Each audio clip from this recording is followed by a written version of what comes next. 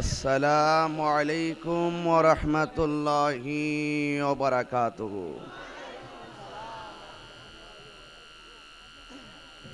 আপনারা যারা দাঁড়িয়ে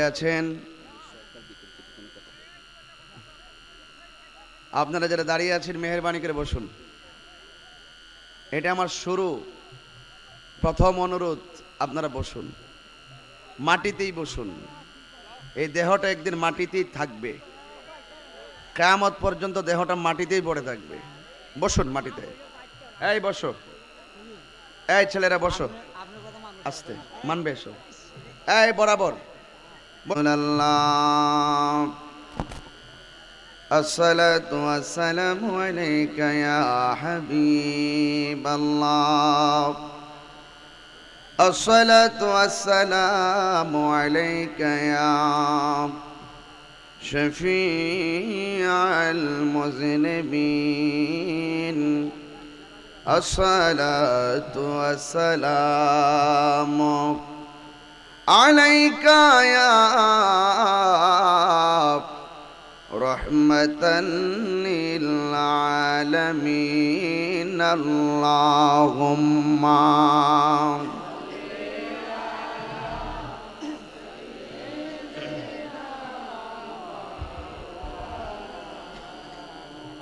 وعلى آل سيدنا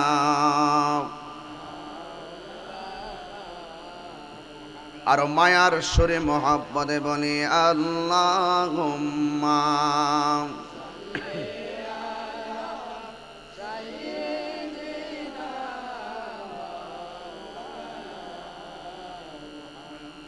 وعلى آل سيدنا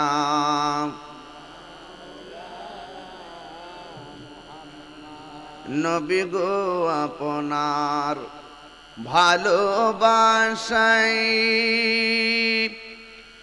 জীবনের গুনাহ ঝরে যায়।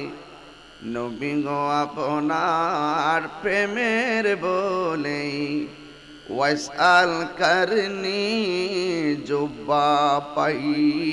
আল্লাহুম্মা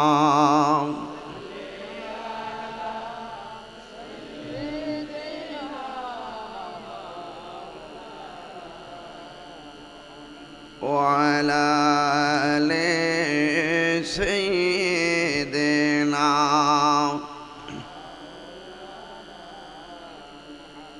لا إله जोर से ला इलाहा ला इलाहा ला इलाहा हस्बी रब्बी जल्लल्लाह। बोलो हस्बी माफी क़ल्बी गैरुल्लाह। नूर मोहम्मद ला इलाहा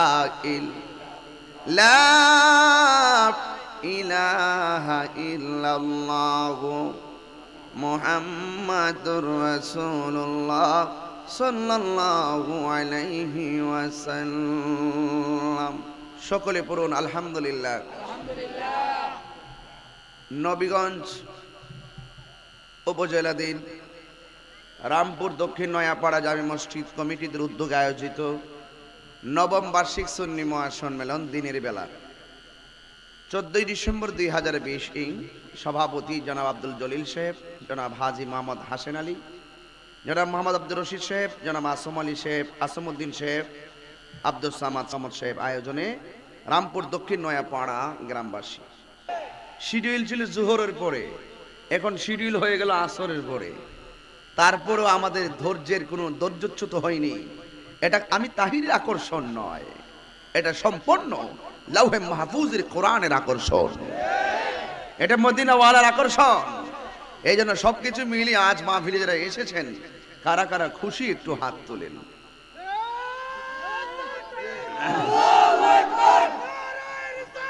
Ya Rasulullah, জিন্দাবাদ। আলহামদুলিল্লাহ বলুন, আরো জোরে আলহামদুলিল্লাহ।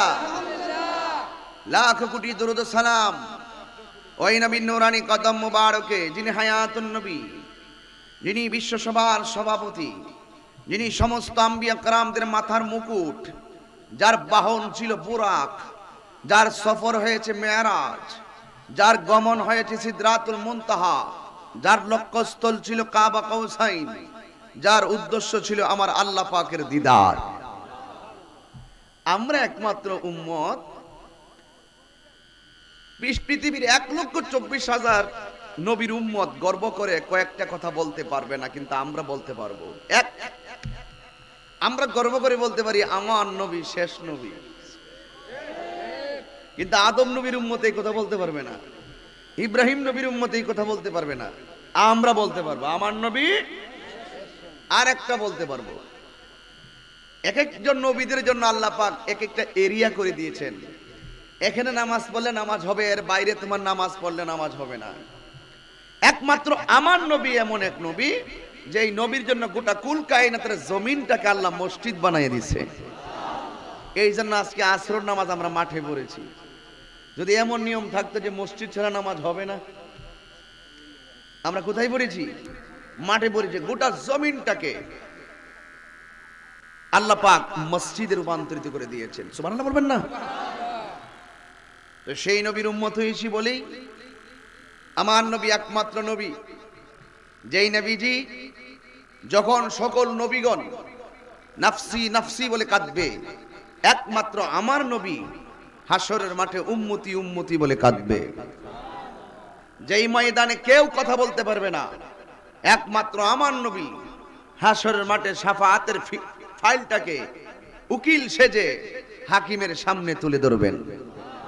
আল্লাহ বলেন ওয়াসাল তুতা ওয়াশফা তুশাফা, হে রাসূল আপনি আজকে চান আমি আপনাকে দেব, আপনি আমার কাছে সুপারিশ করুন, আমি আল্লাহ আপনার সুপারিশ কবুল করব।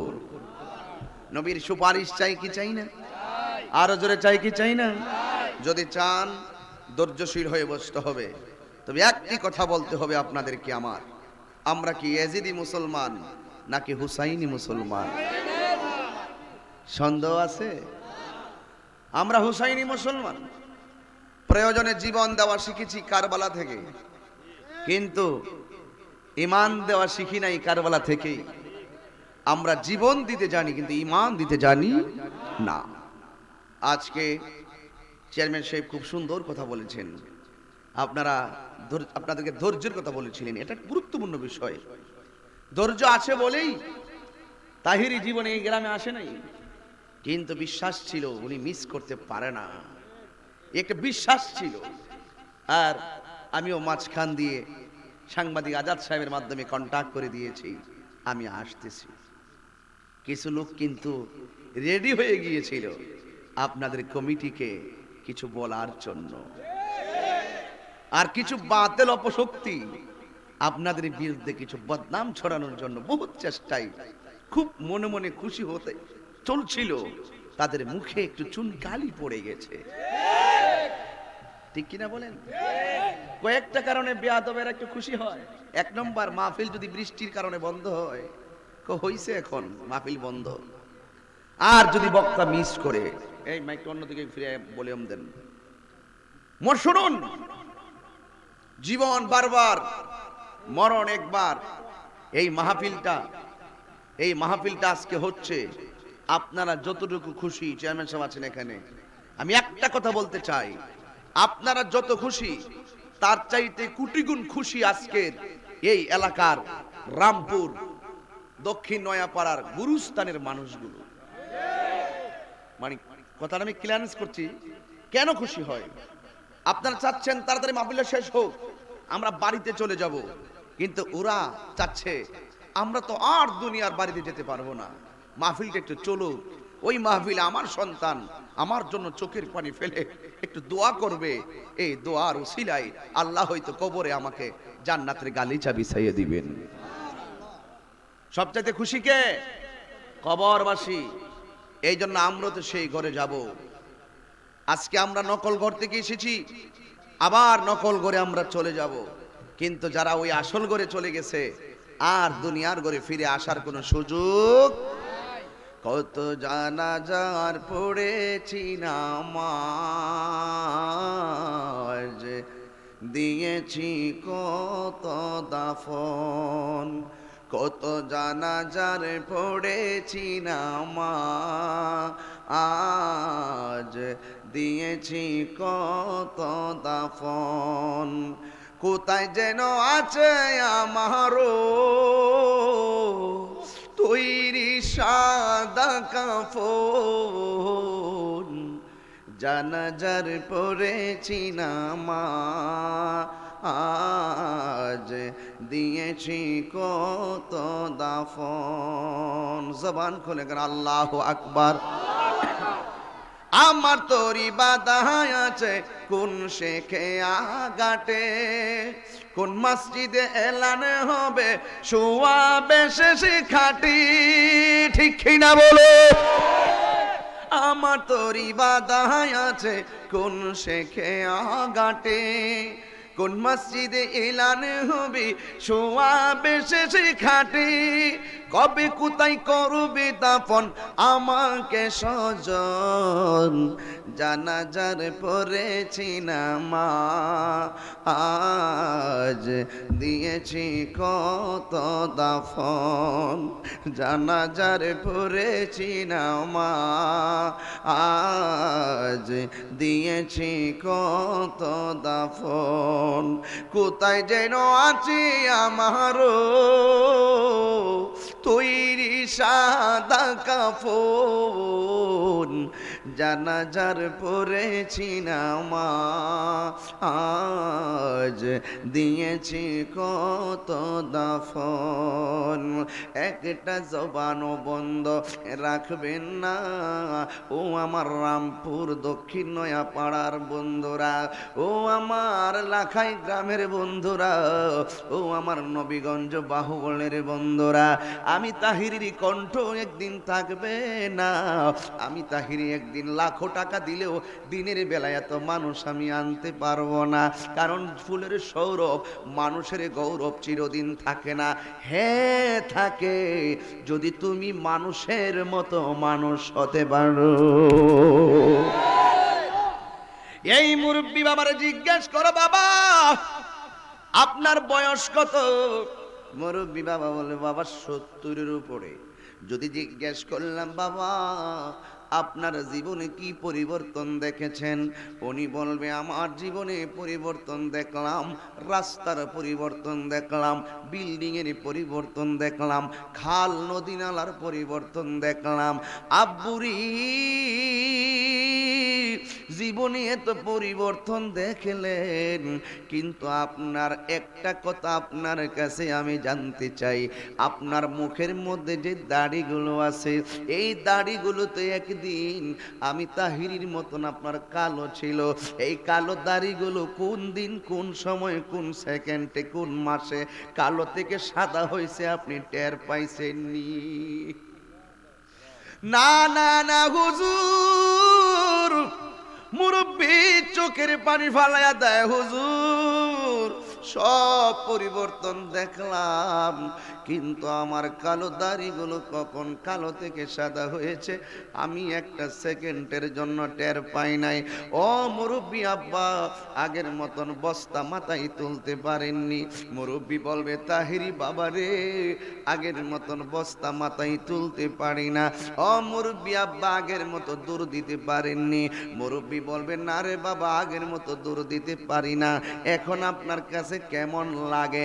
দুনিয়াদারির শখ জাগে নাকি আখিরাতের চিন্তা হয়? মুরব্বীর কণ্ঠ থাকলে আমারে এইভাবে বুঝাইয়া দিব, কেমনে জানেননি? আগের মতো চোখে আমি দেখি না তেমন, চোখ জানি হইয়া গেছে কেমনের কেমন।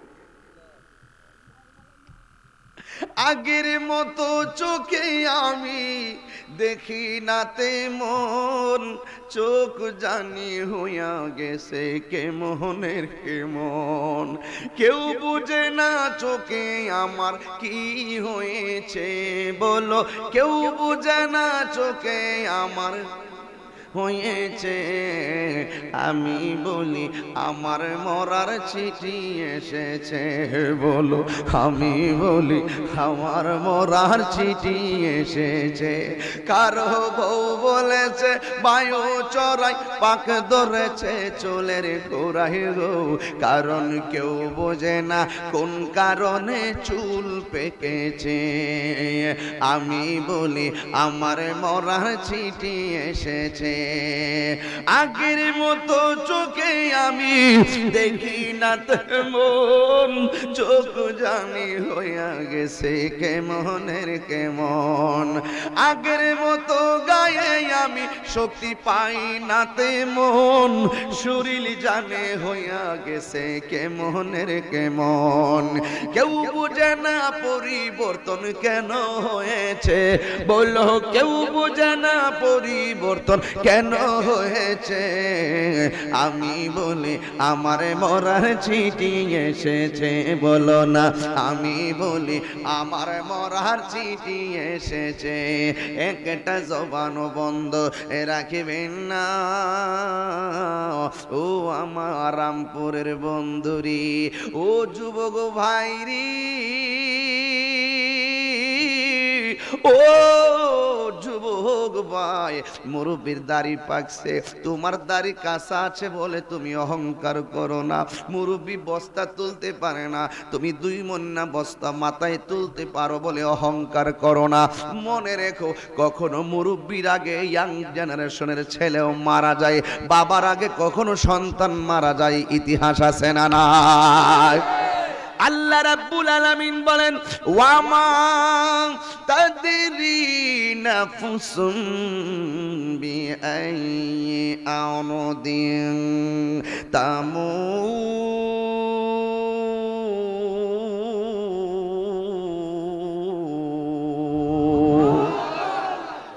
আল্লাহ রাব্বুল আলামিন বলেন তুমি তো জানো না কোন জায়গায় তোমার মরণ হবে। এ যুবকের দল, তোমার সাথে আমার পাশে চেয়ারম্যান। ও চেয়ারম্যান ভাই, আমি মারা গেলে আপনি কি করবেন? হুজুর যদি সংবাদ পায় একটা গাড়ি ভাড়া করে আপনার জানাজায় যাব। চেয়ারম্যান সাহেবে যাইয়া আমার বড়ই গাছের তলায় চোখের পানি ফালাইয়া কাঁদবে। আমার ভাই জিগাইবা আপনার বাড়ি কই? তিনি বলবেন নবীগঞ্জ। কোন জায়গায়? কয় রামপুর। এবার ডাক দিয়ে কয় কেন এসেছেন? আপনার ভাইরে আমি বড় মহব্বত করি, এই জন্য আপনার ভাই অকালে দুনিয়া থেকে বিদায় হয়ে গেছে। এই জন্য আপনার ভাই আমার গ্রামে দিনের বেলা ওয়াজ করছিল। এই স্মৃতিগুলা মনে হইয়া আমি চোখের পানি ফালাইয়া কান্দি। চেয়ারম্যান সাহেবে যাইয়া আবার জানাজার মাঠে যাইয়া কাঁদবি, চোখের পানিতে ফালাইয়া ফালাইয়া কান্না করতে করতে শেষ মাটিটা দিয়া যাইব। মাটি দেওয়ার পরেও যখন কবরের পাড়ে দাঁড়াইব, চেয়ারম্যান সাহেব রে বলবে ও চেয়ারম্যান সাহেব আপনি এত কাঁদেন কেন? কয় তাহিরি হুজুরে আমার একদিন ভালো লেগেছিল, ওই ভালোবাসার সূত্র ধরে আমি চোখের পানি ফালাইয়া কাঁদছি। আর তো কোনোদিন তাহিরি আমাদের এলাকায় যাবে না, আর তো কোনোদিন দিনের বেলা তাহিরির ডাকে 1000 মানুষ আসবে না। এই জন্য আমাদের সুন্নিয়তের একটা নগণ্য খাদেমকে হয়তো হারাইয়া তিনি কাঁদবেন। এক যুবক কি বুঝাইতে চাই বুঝো, একটা কথা তোমাকে বুঝাই লাগবে। ওই চেয়ারম্যান সাহেব কবরের পাশে দাঁড়াইয়া কান্দে। আমার ভাই চেয়ারম্যান রে বাড়ির কাছেও দেখছে কান্দতেছে, আবার জানাজার মাঠও গিয়া দেখে কান্দতেছে, কবরের পাড়েও যাইয়া কান্দে। ওনাকে জিজ্ঞেস করবে ভাই কান্দেন কেন? ভাই আপনার ভাই তাহিরিরে আমি মহব্বত করি। ওই মুহূর্তে যদি আমার ভাই ডাক দিয়ে কই ও চেয়ারম্যান সাহেব রামপুর বাকইর নাকি বাকইর ইউনিয়নের চেয়ারম্যান হয়ে আপনি এসেছেন। ও চেয়ারম্যান সাহেব আপনাকে একটা কথা বলতে চাই, আপনি যে আমার ভাইরে এত ভালোবাসেন, আমার ভাই তো এতদিনে 1000 মানুষ নিয়ে ওয়াজ করছে। ডানে ছিল বাইরের পাশে 1000 মানুষ, বামে ছিল 1000 মানুষ, সামনে ছিল 1000 মানুষ। কি রে বাবা?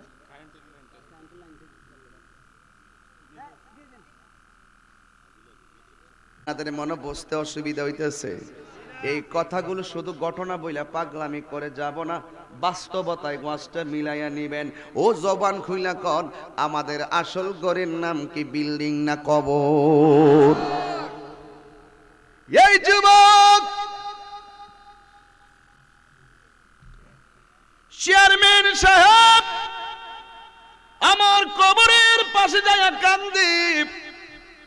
আমার ভাই জিগাইব এতই যদি মোহাব্বত করেন আমার ভাইয়ের জন্য, এতদিন আমার ভাই বয়ান করছে রামপুর, হাজার হাজার মানুষ দিনের বেলায় এসেছে, কিন্তু আজকে থেকে তো আমার ভাই কবরে একা একা থাকবো। ও চেয়ারম্যান সাহেব, আপনি যেহেতু এতই আমার বাইরে মোহাব্বত করেন, একটা রাত আমার বাইরের সঙ্গে কবরে থাকেন।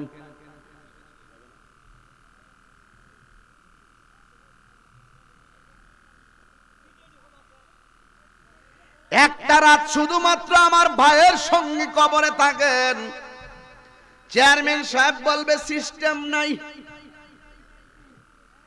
এই দুনিয়ার বন্ধু, এই দুনিয়ার বান্ধব কেউ তোর কবরে যাবে না। কি বুঝাইতে চাই বুঝো? কেন আমি তাহিরি নবী নবী করি? কেন রামপুরের মানুষ দিনের বেলা নবীর মহব্বতের বাগান সাজাইল? কারণটা কি? একটাই কারণ, যেই কবরে মা যাবে না, যেই কবরে চেয়ারম্যান যাবে না, যেই কবরে বাবা যাবে না, ওই কবরে আমার নবী থাকার ক্ষমতা আছে না? না, তুমি জীবন তুমি মরণ, আধার গড়ে তুমি আপন, তুমি জীবন তুমি। হাত তুলবেন না আমার সাথে সবাই? একটু হাত তোলেন না, একটু সুন্দর হবে।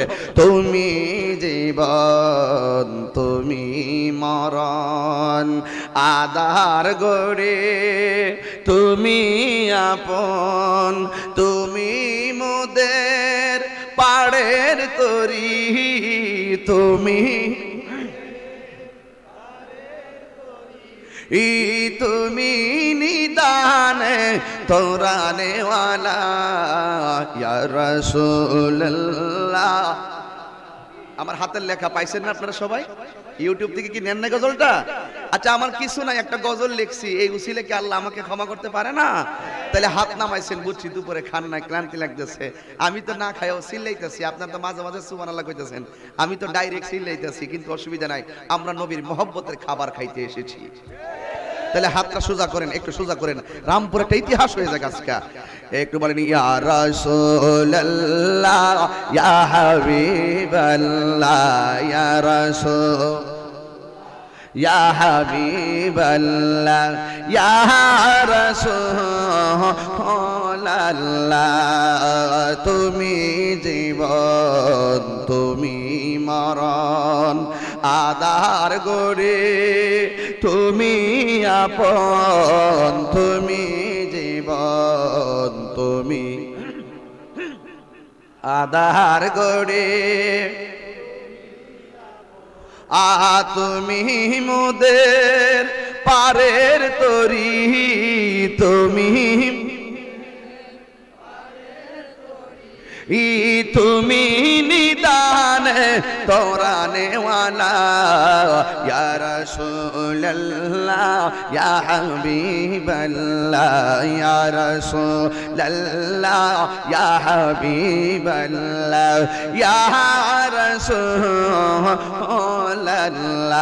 এই তুমি মোদের আশার আলো, এ তাই তো তোমায় বাসি ভালো, তুমি মোদের আশা,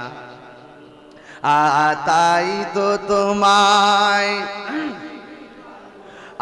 হৃদয় নামের ফুলদানিতে হৃদয় গেতে রেখেছি প্রেমের মালা ইয়া রাসূলুল্লাহ ও বল্লা ইয়া রাসূল বিবল্লাহ ইয়া রাসূলুল্লাহ, বলো ইয়া রাসূলুল্লাহ। একটা জবান বন্ধ রাখবেন না, জবানটা খুলে আল্লাহর ডাক দিয়ে বলো আল্লাহু আকবার। মহব্বত বলো ইয়া রাসূলুল্লাহ, আমার আমরা নবী চাই কি চাই না? আমার নবী বলেন কবরে গেলে দুনিয়ার কোনো পরিচয় কবরে কাজে আসবে না। যার ঈমান থাকবে তাজা, যার নেক আমলগুলো থাকবে ওইগুলো কবরের ভিতরে তোমার নেক নিয়ামত হয়ে দাঁড়িয়ে যাবে। এক যুবকের দল ওই কবরের ভিতরে তিনটা প্রশ্ন করবে। একটা প্রশ্ন হলো তোমাদের রব কে? তোমার মুখ লড়ে নাই কেন? খাও নাই বুঝি? আল্লাহকে ডাক দাও, ডাক দাও জোরে, আল্লাহ আল্লাহকে ডাক দাও আরো জোরে। আল্লাহ কয়জন? কয়জন? সেজদা পাবার মালিক কে? আল্লাহ ছাড়া কারো কাছে মাথা নত করা যাবে? তো যারা তাহিরিকে মাজার পূজারি বলে, তাহিরিকে ভণ্ড বলে, ওদের কি ঠিক আছে? ওরা শুধু বানায়া কথা বলে। সুন্নিদের আকীদা হলো আল্লাহ ছাড়া কারোর কাছে মাথা নত করা যাবে না, আল্লাহ ছাড়া কাউকে সেজদা করা যাবে না। ঠিক কি না বলুন? এই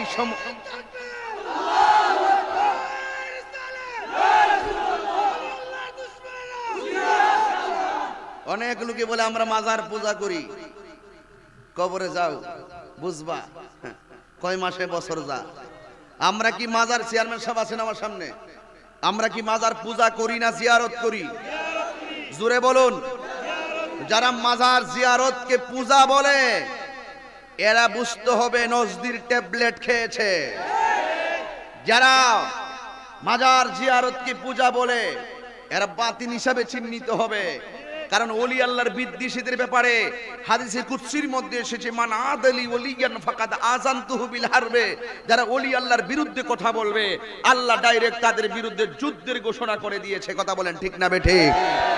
এই জন্য যারা ডালাও ভাবে কথা বলে, হ্যাঁ আমার একটা প্রস্তাব আছে, যদি কোনো আল্লাহর ওলিদের দরবারে কেউ অসামাজিক কোনো কার্যক্রম করে আমি আপনি সবান্ধবে তা প্রতিহত করব। কথা বলেন ঠিক কি না বলেন?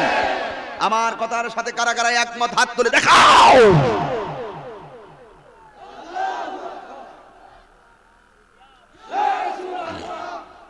আল্লাহু আকবার বলুন। আমরা কবরে চলে যেতে হবে, যাওয়ার আগে ঈমান আমলকে তাজা করতে হবে। কথা বলেন ঠিক কি না বলেন? ঈমান যদি না থাকে কপালে দাগ ফালাইলেও কাজ হবে। আমার নবী হলো ঈমানের মূল। নবী কি? নবীর প্রেম খোদা প্রাপ্তির পূর্ব শর্ত। শুধু এই কথাটা নিয়ে বাড়িতে যান, আর কিচ্ছু লাগবে না। আমার নবীজি ওই কবরের ভিতরে যখন দেওয়া হবে প্রথম প্রশ্ন কি? মার রাব্বুকা, তোমার রব কে? এখন আপনারা জবান খুলে বলেন কে? আমাদের ধর্ম কি? আমাদের নবী কে? তাহলে এই তিনটা প্রশ্ন আমাদের কাছে খুব পরিষ্কার। কথা বলেন ঠিক কি না? এখন এই প্রশ্ন যদি একদম দুনিয়াতে মুখস্থ করতে করতে ABCDর মতো মুখস্থ করেন, কবরে গিয়ে বলা সম্ভব না। এই প্রশ্নের উত্তর দিতে গেলে আপনার ঈমানটা খুব তাজা লাগবে। কথা বলেন ঠিক কি না বলেন? বুঝতে পেরেছি আমি? এই জন্য আল্লাহর হাবিব বলেন এই কবরটা হলো সুখের জায়গা, এই কবরটা হলো কষ্টের জায়গা। আমরা কি সুখ চাই না কষ্ট চাই? তো সুখ চাইলে এটা কি জমিন? জমিন কি? এটা কিসের জমিন? ধান। ধান না, এই ধান, এই ধান, এই জমিনে ধান লাগাইলে ধান আসবে। ধান লাগাইলে, কিন্তু যদি কিছুই না লাগান, ঠিক আদ-দুনিয়া মাজরাআতুল আখিরা, দুনিয়াটা হলো আখিরাতের কৃষি ক্ষেত। এখানে আপনি যা করবেন মরার পরে তাই পাবেন। এখানে চুরি করছেন, ওখানে গেলে চুরির ফল পাবেন। এখানে নেক আমল করছেন, ওখানে গেলে আপনি নেক আমলগুলো প্রতিদান পাবেন। একটা প্রতিফল, একটা প্রতিদান। নেক হবে প্রতিদান, আর প্রতিফল হবে যা আপনি দুনিয়াতে খারাপ কাজ করেছেন। এখন একটি কথা বলতে চাই আপনাদের কাছে, আমরা নামাজ চাই কি চাই না? এই কবরের প্রশ্নের উত্তর যদি দিতে হয়, দেখেন একটা খেয়াল করেন, কবরের ভিতরে বুক বরাবর দিয়ে একটা আলো আসবে। আপনারা একটু গভীরভাবে তাকায় দেখেন, মাঝে মাঝে কিছু ফ্ল্যাশ লাইট জ্বালানো আছে। কই আছে না দিনের বেলা? হ্যাঁ হ্যাঁ, তুলে রাখো, অসুবিধা নেই। এই ফ্ল্যাশ লাইট গুলো জ্বালিয়ে আছে। এই ফ্ল্যাশ লাইট গুলো কবরে দেখবেন কিছু কিছু ফ্ল্যাশ লাইট নূরের আলো আসবে, যে আলোতে অন্ধকার ঘরটা আলোকিত হয়ে থাকবে। অবন্ধনে এবার জিজ্ঞাসা করবেন, হে আলো, আমার কবরের ডানে মাটির বেড়া, বামে মাটির বেড়া, সামনে মাটির বেড়া, পিছনে মাটির বেড়া, উপরেও মাটির ছানি, নিচে মাটির বিছানা, কোনো দিক দিয়ে সূর্যের আলো ঢোকার সুযোগ নাই, কোনো দিক দিয়ে চাঁদের আলো আসার সুযোগ নাই। তুমি কোথায় থেকে কিভাবে আমার কবরে আলোকিত হয়েছো? ওই আলোটা ডাক দিয়া বলবে, হো আল্লাহর বান্দা, এ যুবকের দল শুনে রাখো, আজকে দেখলাম এই ময়দানে নামাজ হয়েছে, অনেক পোলাপান বাহিরে ঘোরাফেরা করেছো। না না না, এই ঘোরাফেরা করিও না। দেখো দেখো, ওই কবরের ভিতরে যখন আলোটা আসবে, তুমি জিজ্ঞাসা করবে, হে আলো তুমি কে?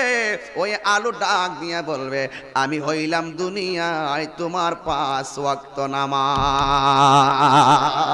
আল্লাহু আকবার। কয় ওয়াক্ত নামাজ? এরপরে আরেকটা আলো আসবে, জিজ্ঞাসা করবে তুমি কে গো? ওই আলোটা ডাক দিয়ে বলবে, আমারে চিনো না, আমি হইলাম দুনিয়ার সকল মানুষ ঘুমায়া থাকতো, তুমি রাতের অন্ধকারে উঠে যাইতা, আর আমি কোরআনকে তুমি বেশি বেশি করে তেলাওয়াত করতা। এই কোরআন তেলাওয়াতের কারণে আমি তোমার কবরে যে এসেছি, আমি হইলাম লাউহে মাহফুজের কোরআন তোমার বাতি হয়ে এসেছি। তোমার আমল হবে বাতি, আর আমার নবী হবে সাথী। ওই সাথী রাহমাতুল লিল আলামিন।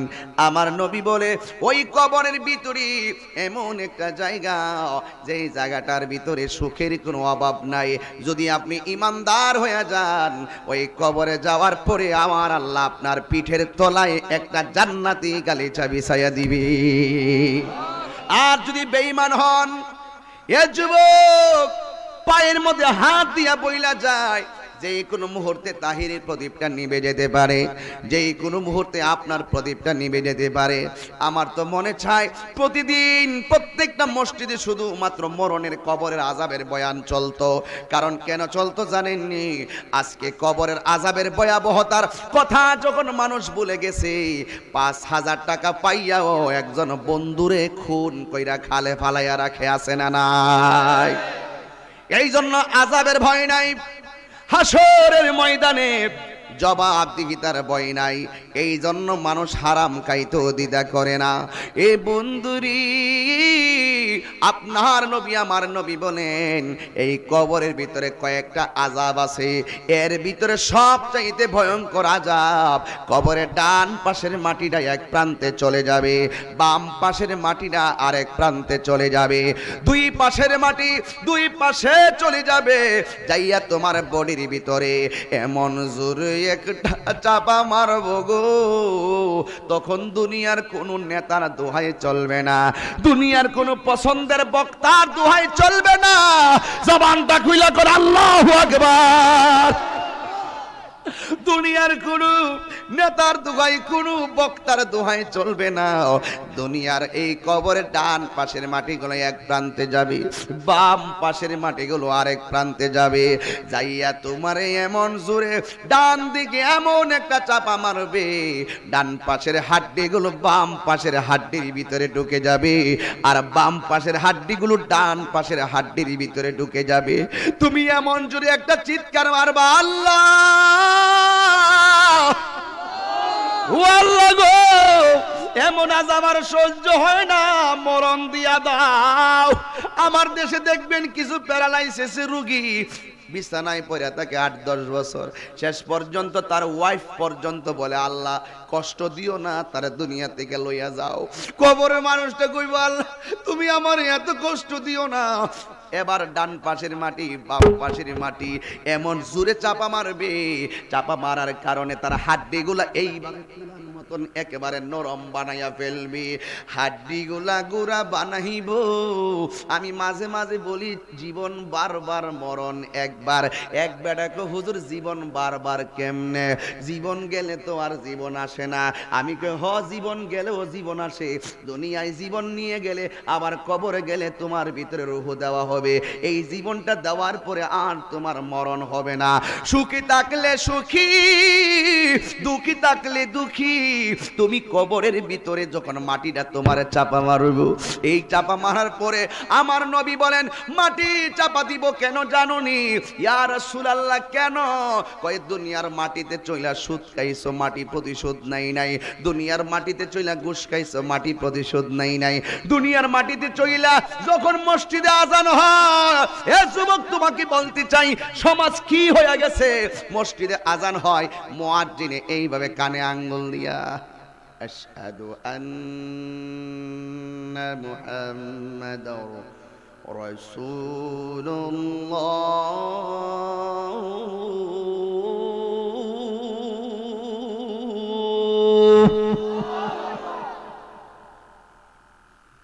আশহাদু আন্না মুহাম্মাদার রাসূলুল্লাহ।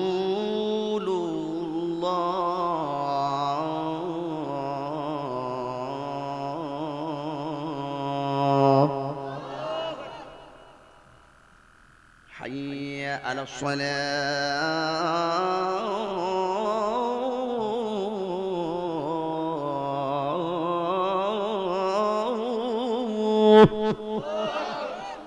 শাহাদাত আঙ্গুলটা কানে দেয়। আল্লাহু আকবার বলবেন না? শাহাদাত আঙ্গুলটা কানে দেয়। আল্লাহু আকবার, আল্লাহু আকবার। মুয়াজ্জিনে কানে আঙ্গুল দিয়ে আজান দে। আর তোরে কোন ভূতে কিলাইছে? তুই দোকানের ভিতরে এই আঙ্গুলটা দিয়া ক্যারাম বোর্ড খেলোস। কথা বলুন, ঠিক কিনা বলুন? তোরে কোন ভূতে কিলাইলো? এই মুয়াজ্জিনে কানে আঙ্গুল দিয়ে আজান দে। আর নামাজে বৈশা বৈশা আমরা আশহাদু আল্লাহ কে আঙ্গুল দিলে এইভাবে আল্লাহর সাক্ষ্য দেই। আর তুই দোকানের ভিতরে 1000 টাকা 500 টাকা দিয়া 2000 টাকা জুয়ারি দইরা ক্যারাম বোর্ড খেলোস। রোজ হাসর মে কি আজাবা ভাই, মুস্তাফাকে সামনে এই যুবক তোকে জবাব দিতে হবে। হাত তুলে বলুন, ঠিক কিনা বলো?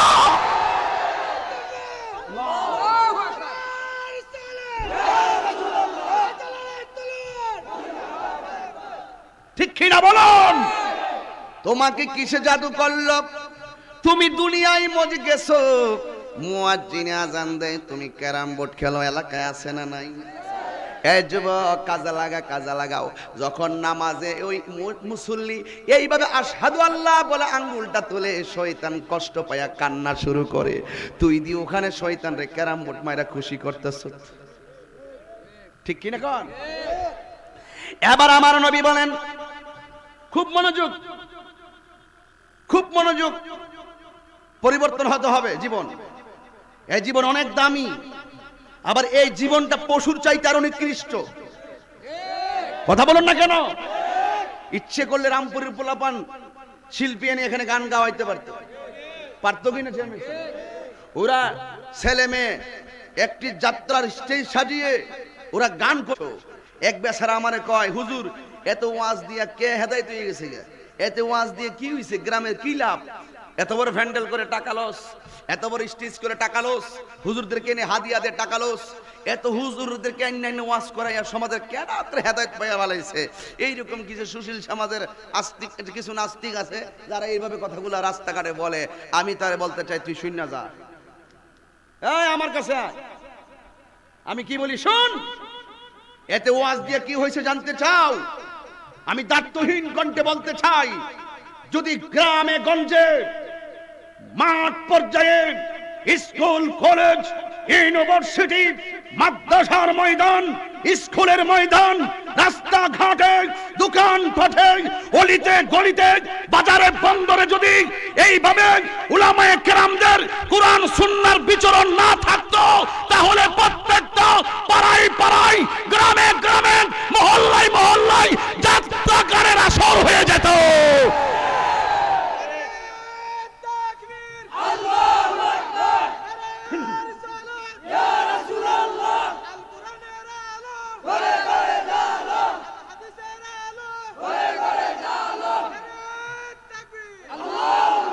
এই জন্য ওয়াজে কইছিলাম, কথা কি ক্লিয়ার না ভেজাল আছে? এই কথা বলার কারণে মামলা হইছে। এখন আমি আবার বইলা যাই, চেয়ারম্যানরা সাক্ষী রেখা, কথা কি পরিষ্কার? কথা কেন? কথা কি পরিষ্কার? এরপরে না বুঝলে কটন বাট নিয়ে কান পরিষ্কার কইরা লো। তাহিরি বিরুদ্ধে একবার বাঁকা আঙ্গুল করতে গেলে 100 বার চিন্তা করে করেন, ঠিক কিনা বলুন?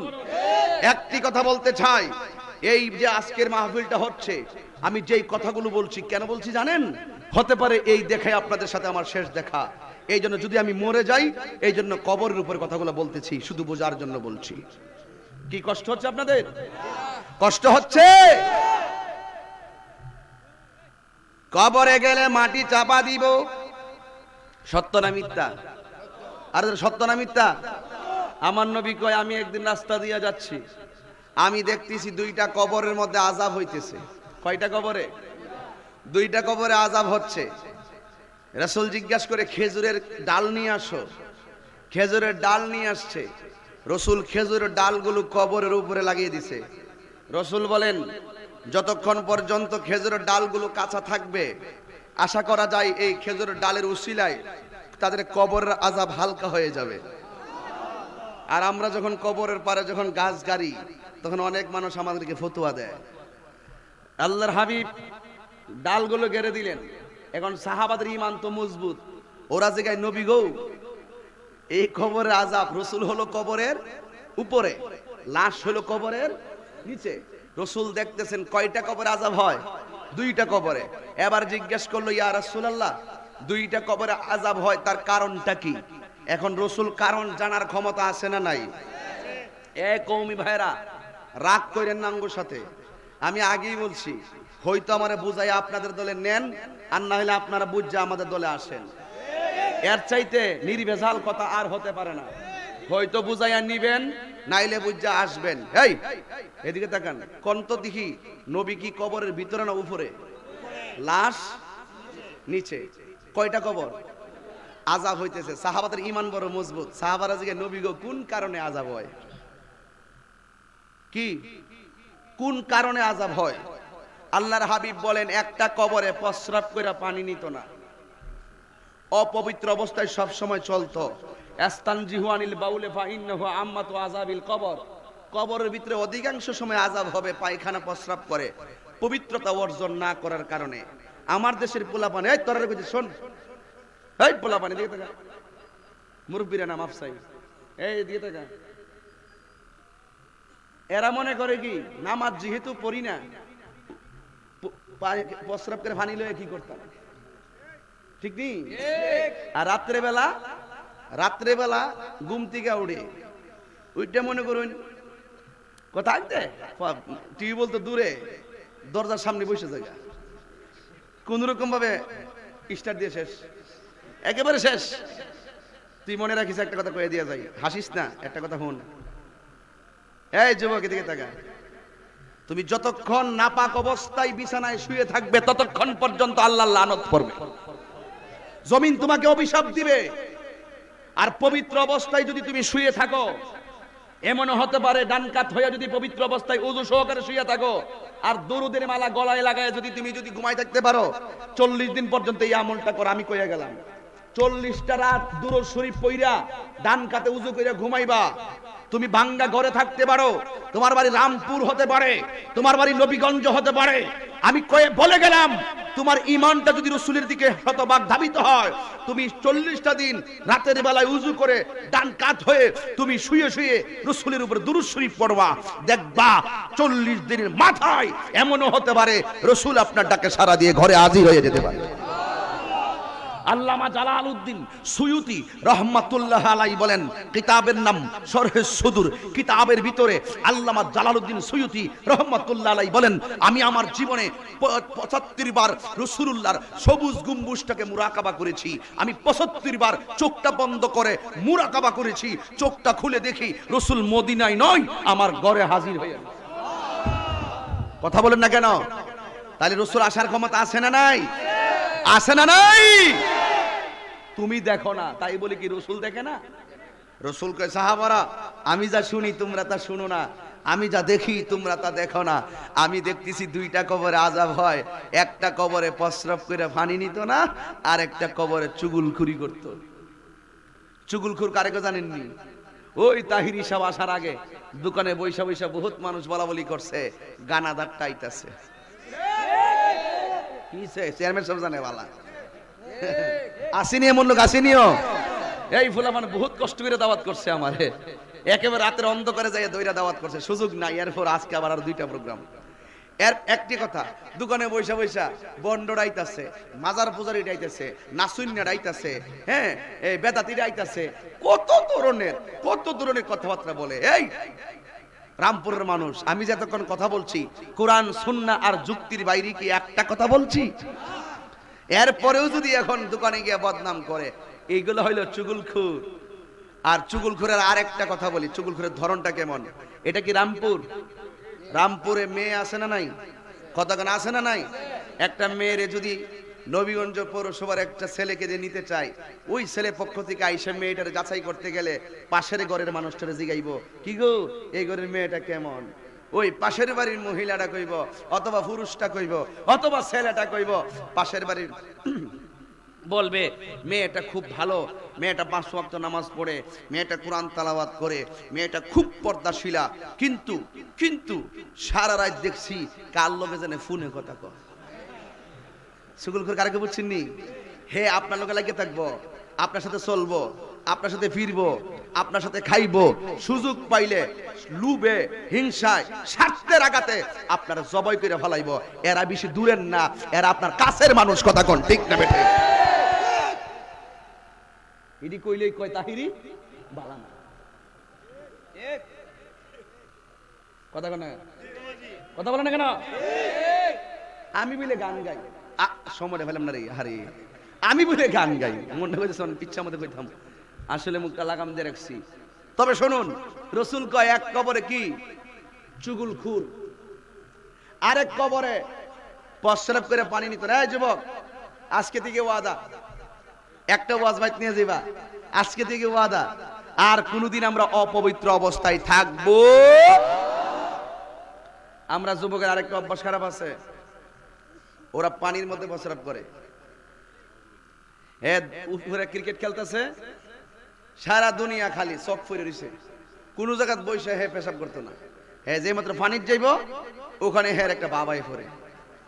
রসুল বলেন পানির মধ্যে প্রস্রাব করা কবিরা গুনাহ, আর পানির মধ্যে প্রস্রাব করলে কয়েকটা ক্ষতি হয়। এর মধ্যে একটা ক্ষতি, তার ব্রেইন কমে যাবে, স্মৃতিশক্তি কমে যাবে।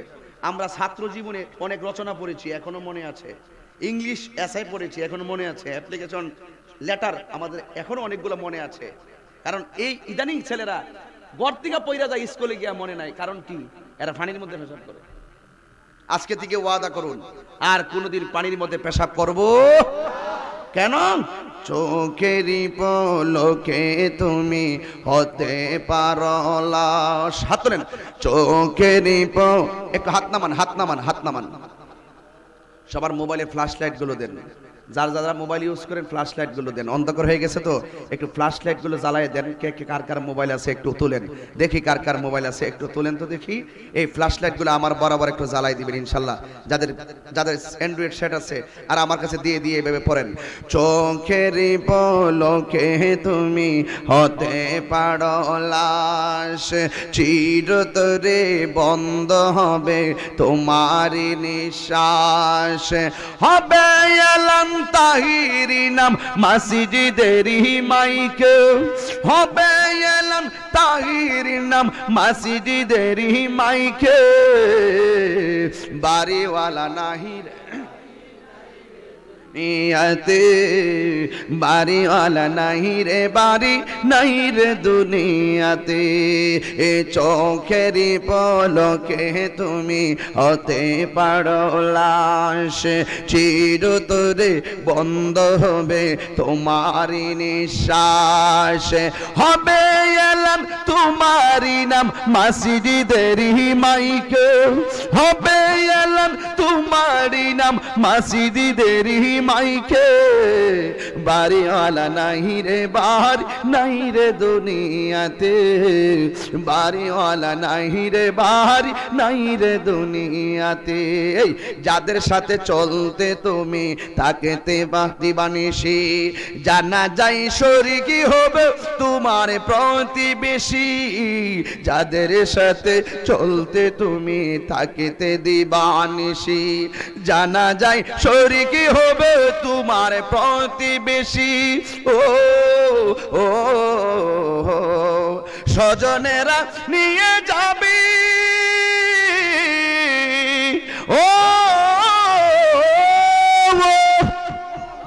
আরে স্বজনেরা নিয়ে যাবে, স্বজনেরা নিয়ে যাবে তোমাকে পালকিতে, বাড়িওয়ালা নাই রে নিয়াতে, বাড়িওয়ালা নাই রে বাড়ি নাই রে দুনিয়াতে। একটা জবানও বন্ধ রাখবেন না, কবরে নবী আসার ক্ষমতা আছে না নাই? এই তুমি দাঁড়াও, দাঁড়াও, ওঠো, তুমি দাঁড়াও, তুমি দাঁড়াও, দাঁড়াও। মার রাব্বুকা ওয়া মা দীনুকা ওয়া মা কুনতা তাকুলু ফি হাক্কা হাযা রাজুল, মারহাবা বলবেন না? এখন আমি একটা পেজ ভেঙে দিয়ে যাই, আমার নবী কবরে কি সশরীরে আসবেন নাকি ছবি দেখাবে? বসো, সশরীরে আসবেন না ছবি দেখাবে?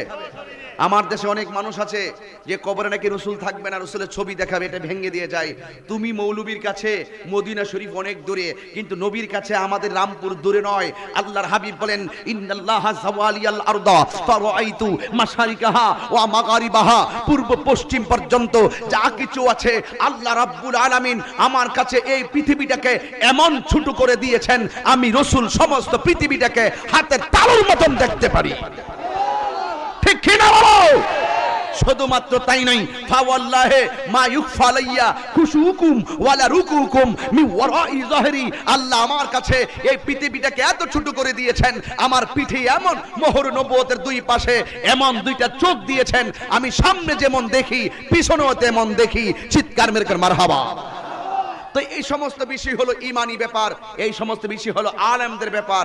এই জন্য আমরা একটি কথাই বলতে চাই, আল্লাহর হাবিব কবরের সশরীরে থাকবেন, এটা কি সত্য না মিথ্যা? তো যুবক তোমাকে বলি, শেষ বেলা একটা কথা বলি, মা বাবার মনে কখনো কষ্ট দিবে না। রাজি আছেন সবাই? একটি কথা বলি, আমি তাহিরিকে মহব্বত করেন মানে এই নই বাড়িতে মা বাবাকে কষ্ট দিয়ে আমার ওয়াজ শুনতে আসছেন আমি আপনাকে বুকে টেনে নিব, পৃথিবীটা এমন সহজ নয়। আমি ডাইরেক্ট বলতে চাই, জীবনে যদি কখনো জিরো থেকে হিরো হতে চাও, মা বাবার মনে কষ্ট দিও না। আমি তাহিরিও মার্চ মাসের 5 তারিখে আমার এই 2020 সালে আমার আব্বাকে হারিয়েছি। আমি জানি বাবা নামক বটবৃক্ষটা একটা সন্তানের মাথার উপরে কত কার্যকর। আজকে বাবা চলে গিয়েছে, আমার মতন দিশেহারার কেউ নাই, আমি পাগলের মতন পথ চলছি, কারণ বাবা থাকতে কোনো সিদ্ধান্তের চিন্তা মাথায় ঢুকে নাই। এখন বাবা চলে যাওয়ার পরে যতই সিদ্ধান্ত নিতে যাই শুধু হজবরল হজবর। এই মাদ্রাসার রামপুরের পোলাপাইন যারা মাহফিল সাজিয়েছো, একটি কথা বলি, তোমার মা বাবাকে কখনো তুমি চোখের পানি ফেলে কাঁদাবে না।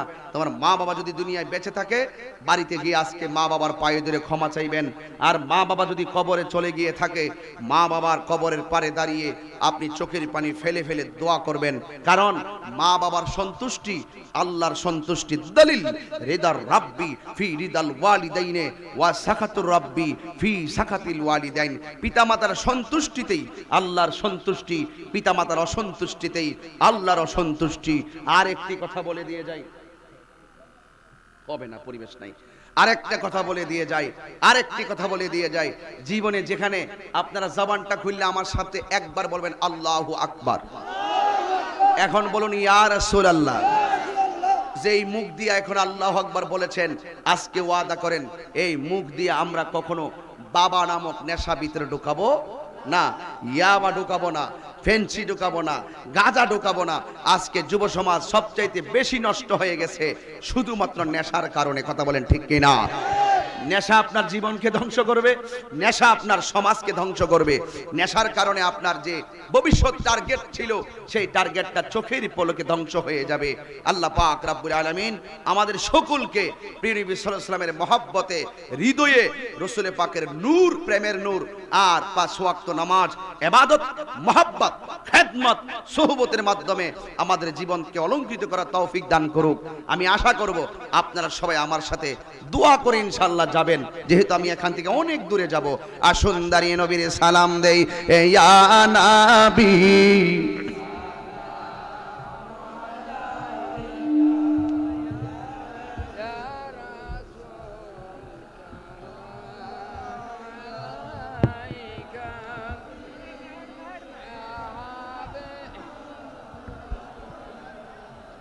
কাসাল ওয়া হাবিবাল্লাহ আমাদের মনের বেদনা বুঝাইলে কে বোঝে না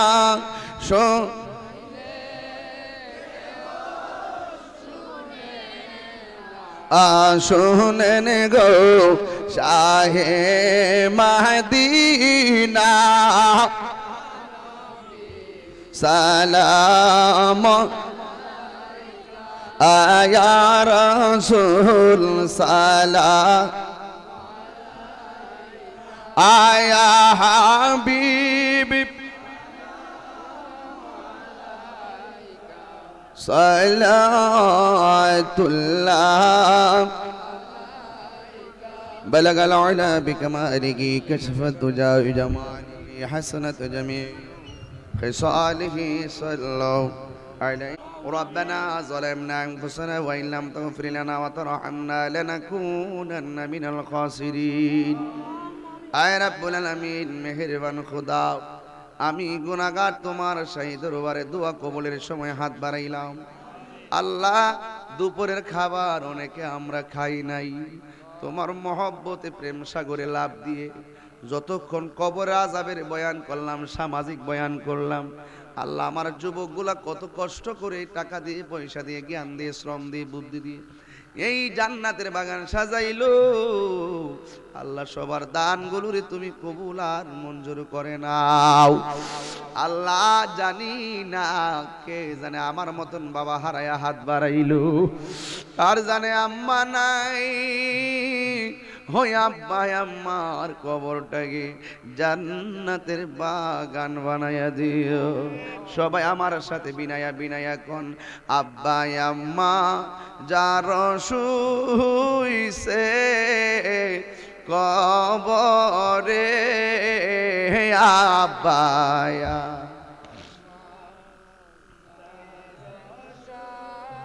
যে মাফ করে দাও দয়াল নবীর খায় গুনার বুঝা মা কান্দেছি কন্যা আল্লাহ জবানটা কইলা কো আল্লাহ মাফ করে দাও মাবুদ আল্লাহ ও মাবুদ অনেকের বুকে ব্যথা পেটে ব্যথা গ্যাস্ট্রিক আলসার প্রেসার ডায়াবেটিস হার্টের সমস্যা দুনিয়ার ডাক্তার কবিরাজ বুঝি না গো দয়াল নবীর খাতিরে আজকে মাহফিলের উসিলায় রোগ বিমার তুমি ভালো করে দাও ও রাব্বুল আলামিন গাছতলায় বাসতলায় আমার আদরের মা বোনেরা দুইটা হাত বাড়াইয়া দিয়েছি আল্লাহ আমার মা বোনদের কুবর গুনাহগুলো মাফ করে দেন আমার মা বোনদের কি রাবিয়া বসরির জিন্দেগানি নসিব করে দিও আল্লাহ আমার মা বোনদেরকে স্বামীর খেদমতগার বানায়া দিও আল্লাহ দাম্পত্য জীবনে সুখের চাদর বিছাইয়া দিও সময়ের দিকে তাকাইয়া গঠনমূলক বয়ান করার সময় হয়নি আল্লাহ এরপরে যতটুকু বয়ান করেছি কিচ্ছু চাই না কবরে আমার নবীরে আপন বানায় দিও আল্লাহ আমরা সবাই রে মা বাবার পাগল বানায়া দিও আল্লাহ জীবনে একবার মদিনা যাওয়ার তৌফিক দিয়া দিও মদিনা যাইতে পারলাম না মদিনা দেখিতে পারলাম না আমি অসহায় তাই এত দূরে রই আমি অসহায় তাই শুধু সালাম জানাই মদিনা যাইতে পারলাম না মদিনা দেখতে পারলাম না আল্লাহ এই করোনার প্রাদুর্ভাব অদৃশ্য মরণঘাতী করোনা ভাইরাস যা দেখা যায় না অনুভব করা যায় আল্লাহ যা দেখা যায় না মনে বড় ভয় লাগে। আল্লাহ গো বুঝেছি আমাদের গুনার কারণে তুমি বেজার হয়ে গেছো। আমরা আজকে রামপুরে তওবা করি, জীবনে আর গুনাহ করব না। এই করোনার মহামারী আমাদের কাছ থেকে তুমি তুলে নাও ও আল্লাহ। এই মাহফিলে প্রায় ৬০,০০০ টাকা নগদ আল্লাহ আগামী বছরের জন্য ওয়াদা করলো। আল্লাহ সবাইকে সময় মতো দেওয়ার তৌফিক দিয়ে দাও আল্লাহ। মেহেরবানি করে যেই দিন মরণ দিবা রমজান মাসে মরণ দিও। ওয়া সাল্লাল্লাহু তাআলা হাবিবিল কারীম ওয়া আলা আলিহি وصحابه أجمعين آمين آمين كلمة طيبة لا إله إلا الله محمد رسول الله. السلام عليكم ورحمة الله وبركاته.